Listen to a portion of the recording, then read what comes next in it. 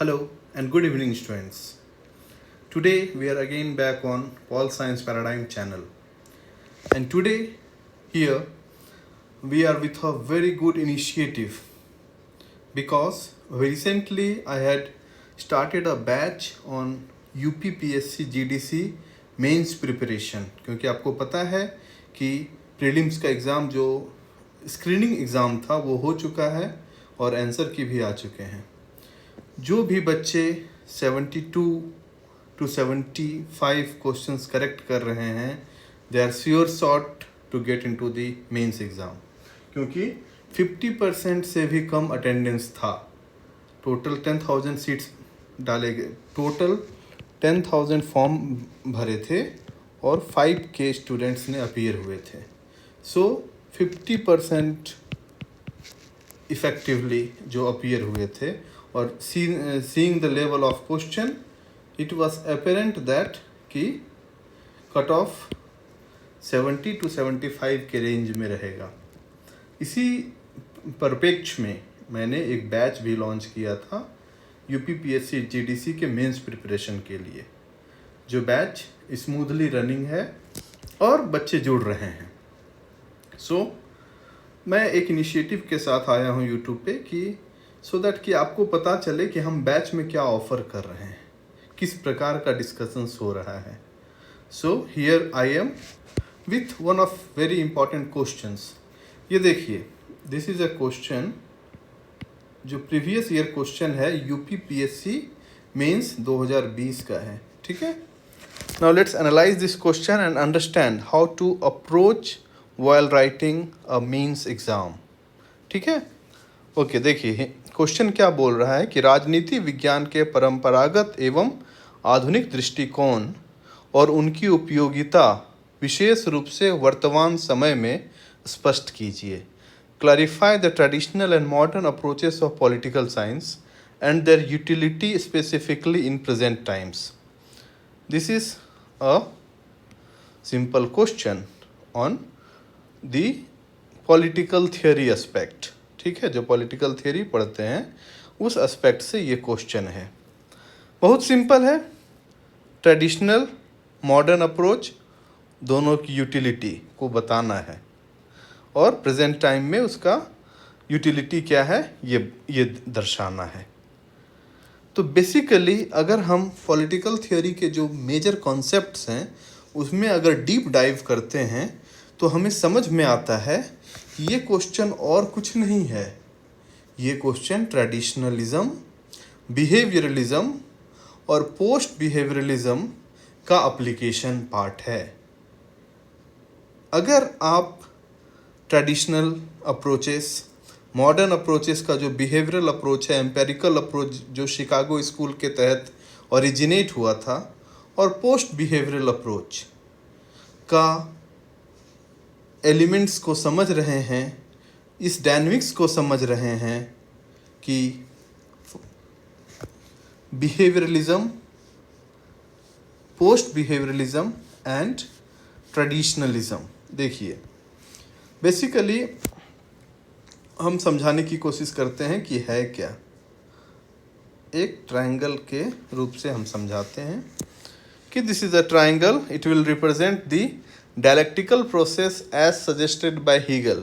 मतलब हम हीगल की एनालॉजी को लेके आते हैं, लेकिन हम उसे समझने की कोशिश करते हैं इस आंसर को कि किस प्रकार से हम आंसर लिख रहे हैं। Though it is not associated with Hegel, लेकिन चूंकि डायलेक्टिक्स हीगल से जुड़ा है और ये एक डायलेक्टिक्स का ही क्वेश्चन है जो पॉलिटिकल थियोरी के रूप में आया है। कैसे समझते हैं? बेसिक डायलेक्टिक्स क्या है हीगल का? थीसिस, एंटीथेसिस, एंटाइथेसिस, सिंथेसिस, है ना। और ये प्रोसेस रुकता नहीं है, ये कंटिन्यूअस है।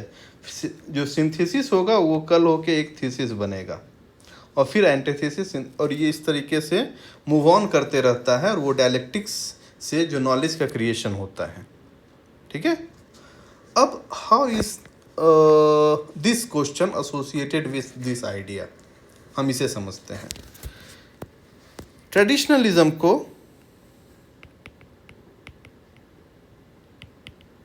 आप थीसिस समझेंगे। ठीक है। और जो बिहेवियरलिज्म है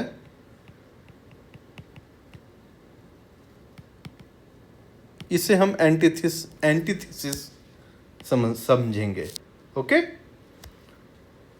ट्रेडिशनलिज्म एज अ थीसिस और उसका एंटीथीसिस बिहेवियरलिज्म के रूप में आया। कैसे? What is traditionalism? Basically the value laden aspect, है ना, द एथिकल एस्पेक्ट, वो और भी हम अच्छे से जब आंसर लिखेंगे तो उसमें बताएंगे। लेकिन आप फिलहाल समझिए कि ट्रेडिशनलिज्म क्या है। जो वैल्यू लेडन सोसाइटी है, जो एथिकल मोरल है ना, व्हाट ऑट टू बी, क्या होना चाहिए का जो क्वेश्चन को आंसर करने की कोशिश करता है, व्हाट ऑट टू बी, वो ट्रेडिशनलिज्म है। ऑट, है ना, वेरी इंपॉर्टेंट। इसी का जो एंटीथीसिस है वो है बिहेवियरलिज्म। बिहेवियरलिज्म क्या है? ये दर्शाता है कि जो हो रहा है, ठीक है, जैसे जिसमें हम क्या होना चाहिए पे स्टडी नहीं करते हैं, क्या हो रहा है उस पे स्टडी करते हैं और उससे हम इंटरप्रेट करके और एक साइंटिफिक एनालिसिस करके जो एम्पेरिकल थॉट से जुड़ा हुआ है, जो शिकागो स्कूल से जुड़ा हुआ है, उसमें हम ट्रेडिशनलिज्म का एंटीथीसिस बिहेवियरलिज्म के रूप में आया। ठीक है। और बिहेवियरलिज्म के बाद जब पोस्ट बिहेवियरल रेवोल्यूशन हुआ,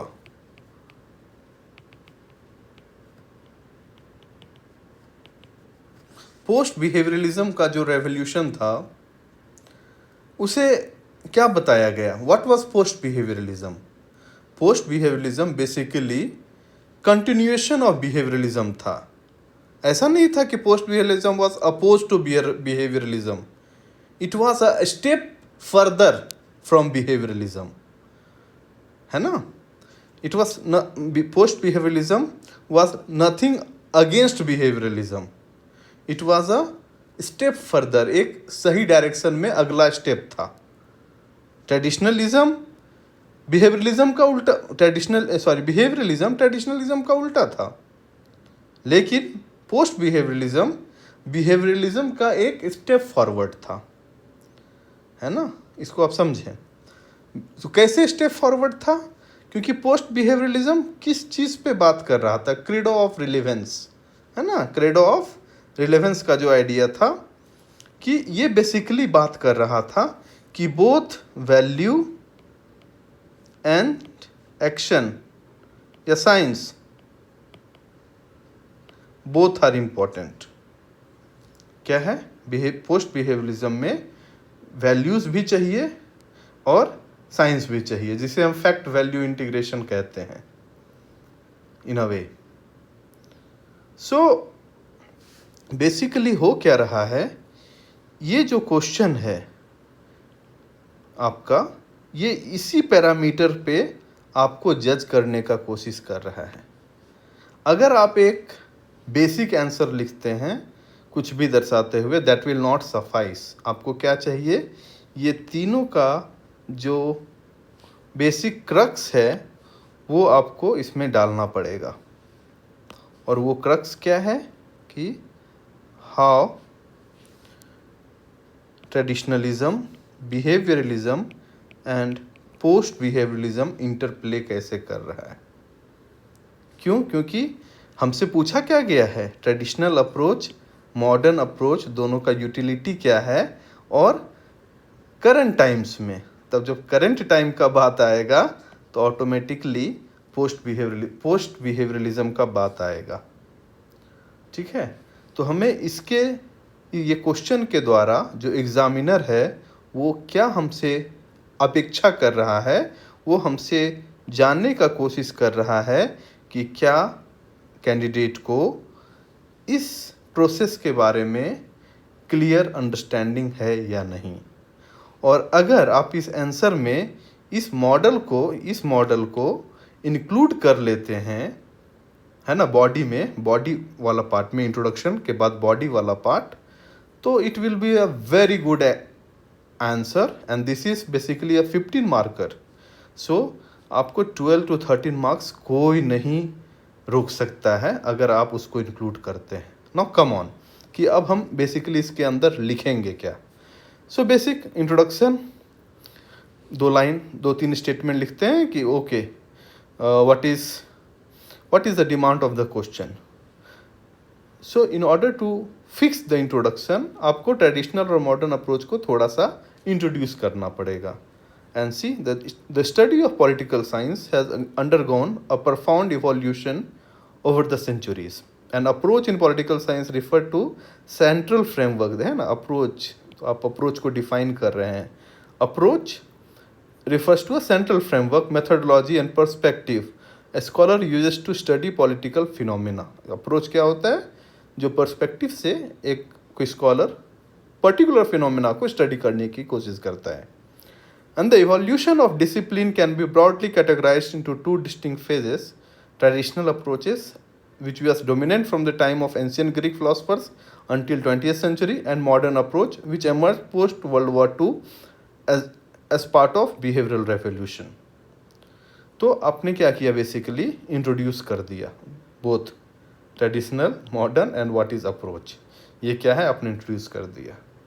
तो इंट्रोडक्शन में जो मेजर कीवर्ड्स हैं क्वेश्चंस के उसको आपने टैकल कर लिया.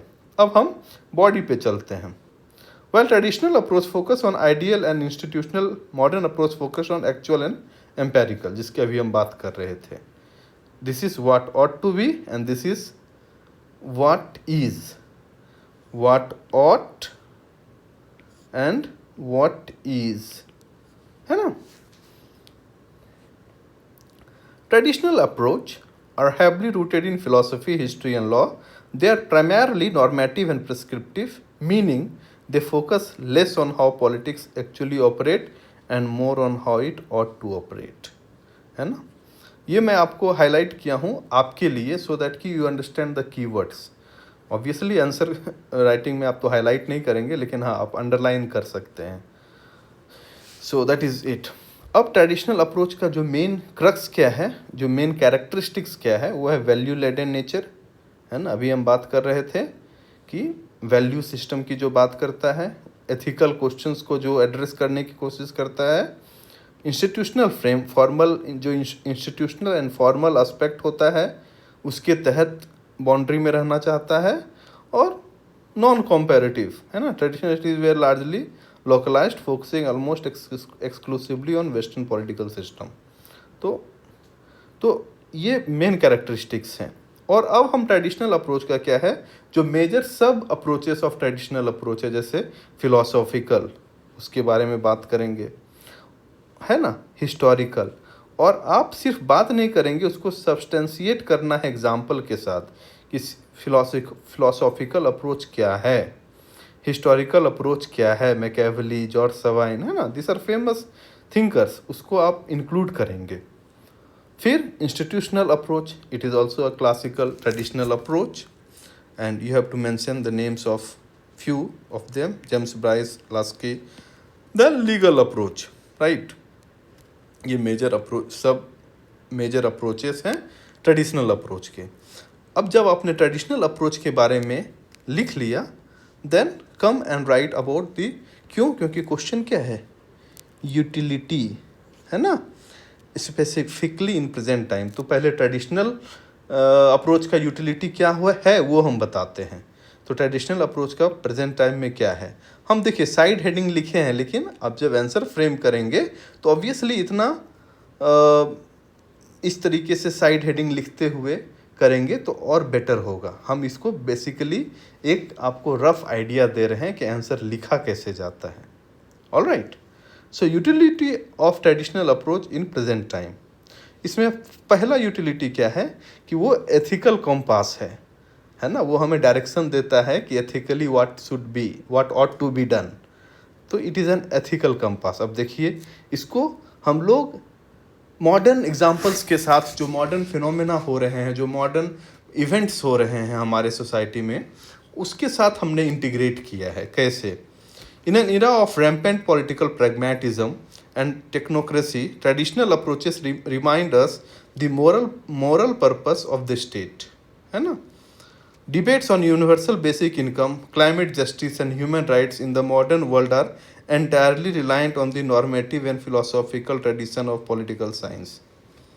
Climate justice, human rights, universal basic income, ये सब जो कॉन्सेप्ट्स का जो एमर्जेंस है मॉडर्न पॉलिटिकल सिस्टम में, ये बेसिकली कहाँ से आया है? ये ट्रेडिशनली रूटेड है. तो हम बताएंगे कि एथिकल कंपास को ये कंट्रोल करता है कौन? Traditional approach. यही उसकी यूटिलिटी है मॉडर्न टाइम में. और क्या है?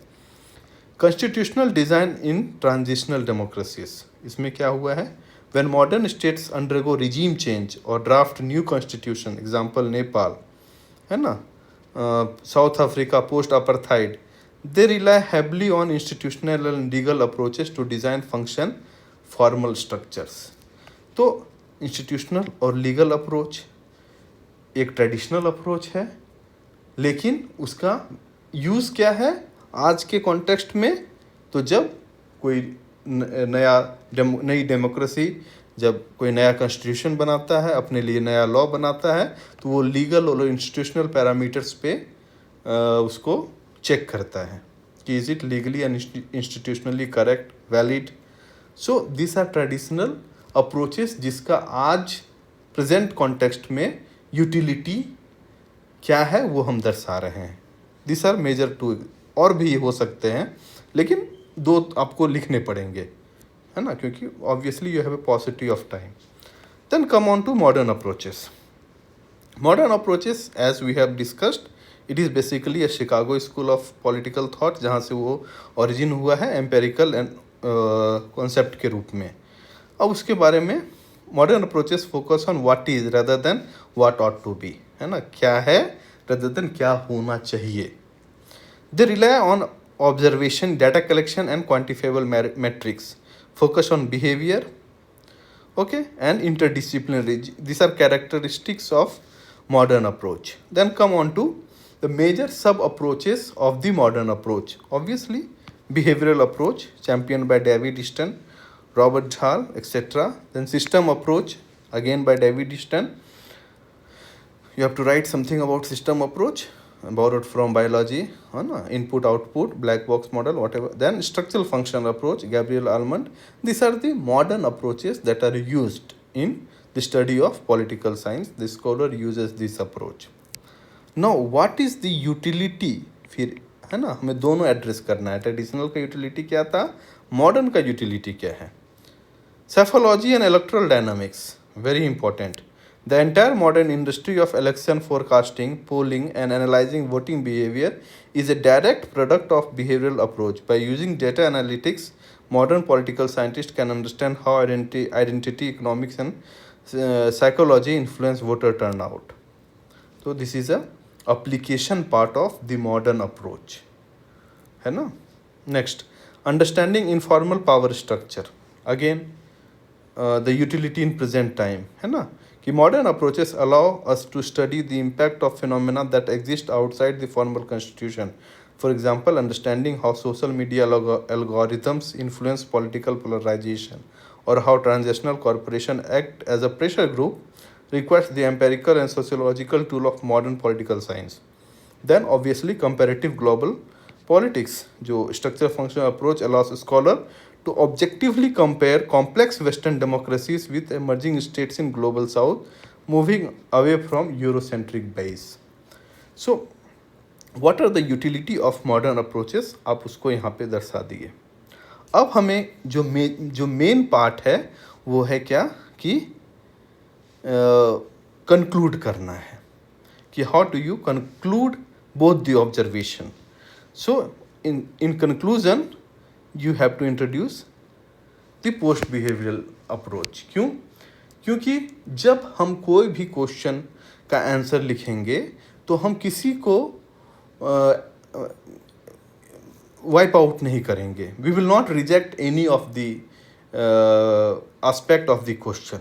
हमें एक ऐसा आंसर देना होता है, क्योंकि ऑब्वियसली ट्रेडिशनल को आप नहीं भूल सकते हैं, that will be there to जज योर मॉरल कंपास। बिहेवियरल, वो तो आज हम बिहेवियर में यूज़ कर ही रहे हैं, तो उसको कैसे हम रिजेक्ट कर सकते हैं? तो चूंकि हम दोनों में से किसी को रिजेक्ट नहीं कर सकते हैं, तो क्या कर सकते हैं? हम दोनों को अपना सकते हैं, और यही तो पोस्ट बिहेवियरल अप्रोच करता है। ये ट्रेडिशनल प्लस बिहेवियरल दोनों के जो कैरेक्टरिस्टिक्स है उसको अपने आप में ये साध लिया है, and that is what is post behaviourism. So when you are synthesizing these things, you have to introduce the idea of post behavioralism, क्योंकि क्वेश्चन आपके बारे में पोस्ट बिहेवियरलिज्म के बारे में कहीं नहीं पूछा है, लेकिन आप अगर ये आइडिया को इंटीग्रेट करते हैं तभी ये जाके एक फुल प्रूफ आंसर बनता है, और only then you can score maximum marks. And so I have introduce the concept of the post behavioural era.